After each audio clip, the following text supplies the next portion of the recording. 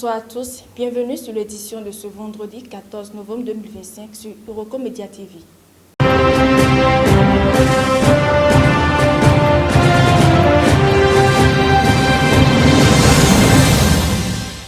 Cap sur l'Afrique pour débuter l'édition de ce soir. En Centrafrique, la mission des casques bleus en République centrafricaine a été prolongée d'1 an par le Conseil de sécurité de l'ONU, malgré les réticences des États-Unis. Le mandat de la MINUSCA, en place depuis 2014 pour tenter de mettre fin à la guerre civile, s'étendra désormais jusqu'au 15 novembre 2026. Le Conseil de sécurité a évoqué une possible réduction des effectifs après le processus électoral de 2025-2026. La présidence centrafricaine, actuellement en campagne pour un 3e mandat, et l'opposition, qui a annoncé son boycott, font de cette période électorale un moment crucial pour la stabilité du pays. L'ONU insiste sur un transfert progressif et ordonné des responsabilités aux autorités locales en tenant compte des réalités sur le terrain. Restons sur le continent africain pour évoquer la situation sécuritaire au Mali. Au Mali, le nombre d'étrangers enlevés par le groupe djihadiste Nîmes a atteint un niveau inédit, avec au moins 22 victimes au cours des 6 derniers mois. Les rançons versées à ce groupe constituent une source de financement importante.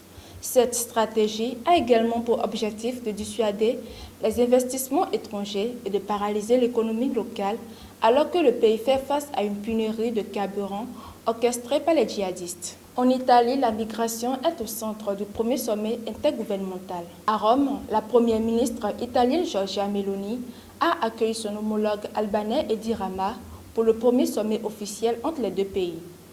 15 accords de coopération ont été signés, notamment sur les centres de rétention et de rapatriement de migrants installés en Albanie, dont le fonctionnement complet est prévu avec l'entrée en vigueur du pacte européen sur la migration en 2026.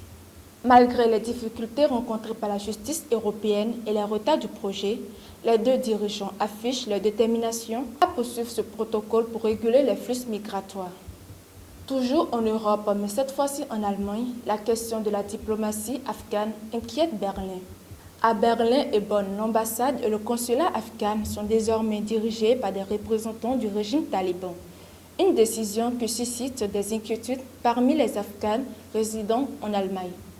Le gouvernement allemand, tout en ne reconnaissant pas officiellement le régime, souhaite faciliter les expulsions et le rapatriement de certaines personnes vers l'Afghanistan. Cette situation complexe entraîne une tension croissante au sein de la communauté afghane, inquiète pour sa sécurité et celle de ses proches restés au pays.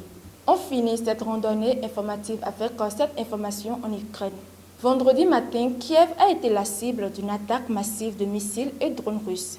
4 personnes ont été tuées et 18 autres blessées, parmi lesquelles 2 enfants. De nombreux immeubles résidentiels ont été endommagés et plusieurs quartiers ont subi des incendies. Le président ukrainien Zelensky accuse la Russie d'une attaque calculée pour infliger un maximum de dommages aux infrastructures civiles. La Russie poursuit en parallèle ses bombardements dans l'est du pays, tandis que des attaques ukrainiennes contre les installations pétrolières russes sont régulièrement rapportées, provoquant des perturbations sur les marchés de l'énergie. C'est tout pour ce tour du monde de l'actualité. Merci de nous avoir suivis.